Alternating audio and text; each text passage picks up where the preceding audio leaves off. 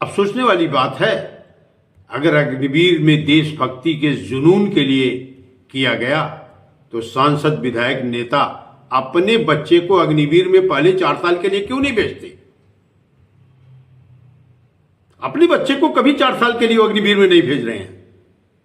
क्यों? कि उनके दिलों में खोट है। क्या देश के लिए उनका बच्चा नहीं मरेगा? अगर देश पे आपत्ति आएगी तो उनका बच्चा भी बंदूक उठा करके भागेगा, तभी सच्चा सिपाही कहलाएगा। लेकिन उनके दिलों में आया कि अग्निवीर लोगों के लिए, हमारे बच्चे के लिए नहीं। ऐसा मेरा निजी अनुमान लग रहा है। यही कारण है, आप किसी भी सांसद, विधायक के बच्चे को देख लीजिए, किसी भी मंत्री, किसी भी उच्च पदस्थ देखिए, उसके बच्चे अग्निवीर के सिपाही में नहीं है 2.5 साल के अंदर। इवन बड़े बड़े अधिकारी, सेना के भी जितने भी अधिकारी हैं जिन्होंने सपोर्ट किया हुआ, उनके भी बच्चे अग्निवीर में नहीं हैं। सम्मानित साथियों, जय हिंद। देश की सोच में आज अग्निपथ योजना के अंतर्गत अग्निवीरों की भर्ती, अग्निवीरों के हित के लिए सरकार क्या क्या कर सकती है और क्या क्या होना चाहिए, इसी पर चर्चा करेंगे। सम्मानित साथियों, हमारा चैनल देश की सोच कुछ न कुछ ऐसा सुझाव, कुछ न कुछ ऐसा विचार सरकार के पास देता है जो देश हित में होता है, जन जन के हित में होता है और हमेशा सुधारक होता है। आज अग्निवीर के ऊपर हम चर्चा करेंगे। जून 2022 में अग्निपथ योजना के अंतर्गत सरकार ने अग्निवीरों की भर्ती की। अग्निवीरों की भर्ती में बहुत ही अच्छा रोल देश की जनता ने निभाया। देश की जनता ने अग्निवीरों के हित में बहुत ही विरोध किया। विपक्ष ने भी विरोध किया कि आखिर में अग्निवीर की जरूरत क्या है, अग्निपथ की जरूरत क्या है? जब सेना अच्छा चल रही है, सेना का सम्मान अच्छा चल रहा है, देश का गौरव अच्छा बढ़ रहा है, तो अग्निवीर की जरूरत क्या है? लेकिन सरकार बहुमत में थी और विपक्ष या बाकी सांसद सम्मुख रहे और सरकार के समर्थक सांसद अग्निवीर की बड़ाई बिना सोचे समझे करने लगे और अग्निपथ योजना लागू हो गई। अग्निवीरों की भर्ती होने लगी। अब होता क्या है कि अग्निवीर में केवल 4 साल की भर्ती रखी गई। सोचिए, जब सरकार ने योजना बनाई होगी तो इस योजना का कुछ न कुछ हित देश हित में होगा। ऐसा हम लोग देखते हैं कि सरकार का मूड हमेशा एक इतिहास बनाने का रहता है। इतिहास बनाना और जनता के हित को देख के इतिहास बनाना, दोनों में अंतर है। अग्निवीर योजना में केवल इतिहास बनाया गया कि अग्निवीर योजना लाई गई। अब इतिहास में एक दर्ज हो गया कि फला के शासनकाल में अग्निवीर योजना आई। अब इस योजना से क्या लाभ है, क्या हानि है, इस पे चर्चा कितना हुआ कितना नहीं हुआ पूरा देश जानता है। मेरे निजी सुझाव से सरकार ने 2 बातें सोची। पहली बात कि रक्षा बजट में सेना के जवानों के पे एंड अलाउंसेस, पेंशन इत्यादि में जो पैसा खर्च होता है उसमें कुछ बचत होगी। दूसरी बात कि लोग रोजगार रोजगार चिल्ला रहे हैं, जल्दी जल्दी रोजगार मिलेगा और लोगों के अंदर कुछ देशभक्ति का जुनून पैदा होगा। अब सोचने वाली बात है, अगर अग्निवीर में देशभक्ति के जुनून के लिए किया गया तो सांसद, विधायक, नेता अपने बच्चे को अग्निवीर में पहले 4 साल के लिए क्यों नहीं भेजते? अपने बच्चे को कभी 4 साल के लिए अग्निवीर में नहीं भेज रहे हैं। क्यों? कि उनके दिलों में खोट है। क्या देश के लिए उनका बच्चा नहीं मरेगा? अगर देश पे आपत्ति आएगी तो उनका बच्चा भी बंदूक उठा करके भागेगा, तभी सच्चा सिपाही कहलाएगा। लेकिन उनके दिलों में आया कि अग्निवीर लोगों के लिए, हमारे बच्चे के लिए नहीं। ऐसा मेरा निजी अनुमान लग रहा है। यही कारण है, आप किसी भी सांसद, विधायक के बच्चे को देख लीजिए, किसी भी मंत्री, किसी भी उच्च पदस्थ देखिए, उसके बच्चे अग्निवीर के सिपाही में नहीं है 2.5 साल के अंदर। इवन बड़े बड़े अधिकारी, सेना के भी जितने भी अधिकारी हैं जिन्होंने सपोर्ट किया हुआ, उनके भी बच्चे अग्निवीर में नहीं हैं। जो सचिव या जो बिजनेसमैन अग्निवीर को सपोर्ट किए होंगे, उनके भी बच्चे अग्निवीर में नहीं हैं। तो आम जनता, किसान और जवान, गरीब के बच्चे अग्निवीर में क्यों?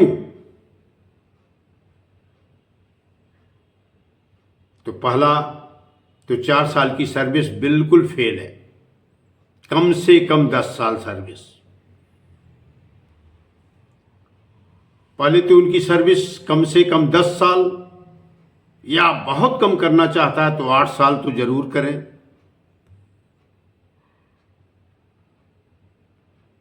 और 75% को सेना में भर्ती लें, 25% को छाड़ दें, कोई बात नहीं।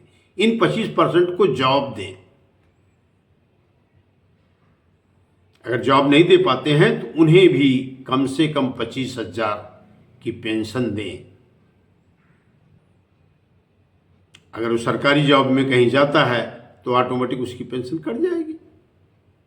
अगर सरकारी जॉब में नहीं जाता है, अपना गुजारा भत्ता, खेती बाड़ी करता है, तो उसे 25,000 की पेंशन मिलेगी, तो वो शान से अपनी जीवन जी सकता है।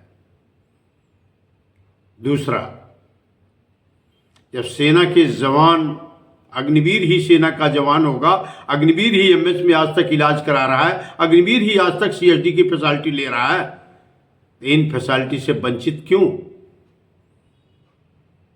अग्निवीर को भी सीएचडी फैसिलिटीज, अग्निवीर को मेडिकल फैसिलिटीज घर जाने पर जरूर मिले, जैसे एक सैनिक को मिलती है।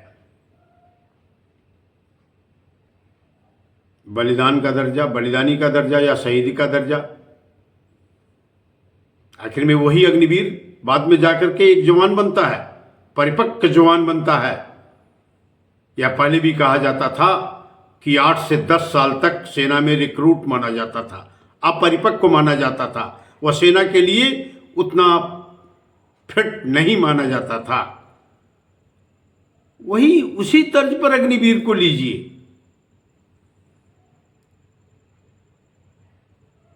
कि वो परिपक्व बनेगा, सेना में चला जाएगा।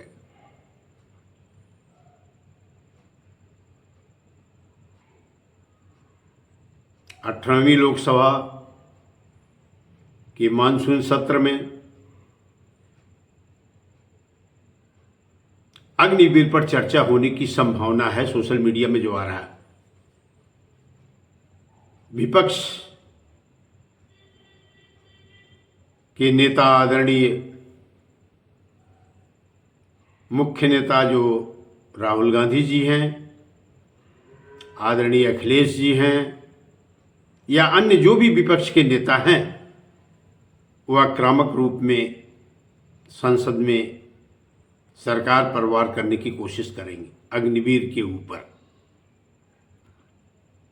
तो उनको भी संदेश है और सरकार के सांसद को भी संदेश है, जो मूक बन करके अग्निवीर को सपोर्ट किए थे, कि आप लोग कुछ न कुछ इसमें बदलाव कीजिए ताकि अग्निवीर की योजना समाप्त न हो। आखिर में सरकार इस योजना को लाई है, तमाम पैसे खर्च हुए हैं।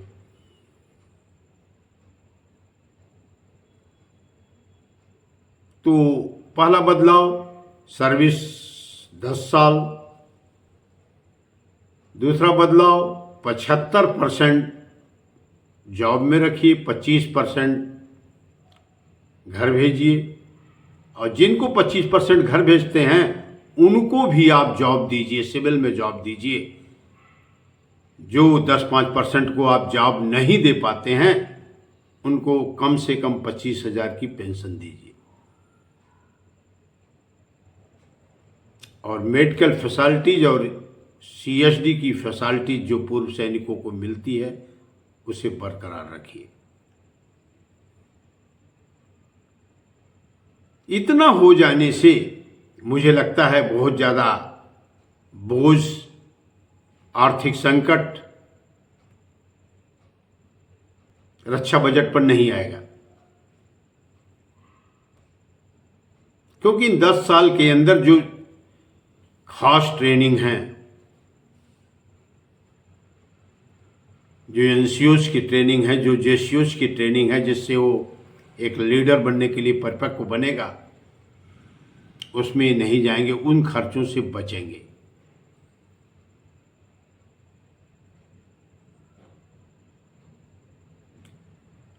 अब है अग्निवीर को समाप्त किया जाए या न समाप्त किया जाए। क्योंकि अग्निवीर तो अपने आप में ही समाप्त है। अग्निवीर एक तरीके से रिक्रूट के समान है कि जब वो सेना में हो जाएगा तो सेना का सिपाही, लांस नायक, नायक, हवलदार, नायब सूबेदार, सूबेदार मेजर और lieutenant, captain, major, lieutenant colonel, colonel, brigadier, major general, lieutenant general और फिर जनरल। एक हमने आर्मी का रैंक आपको पढ़ के सुनाया, उस पे आ जाएगा, तब वो सिपाही कहलाएगा, सोल्जर कहलाएगा। अग्निवीर को केवल भर्ती तक, सोल्जर पहुंचाने तक की प्रक्रिया में ही रखें।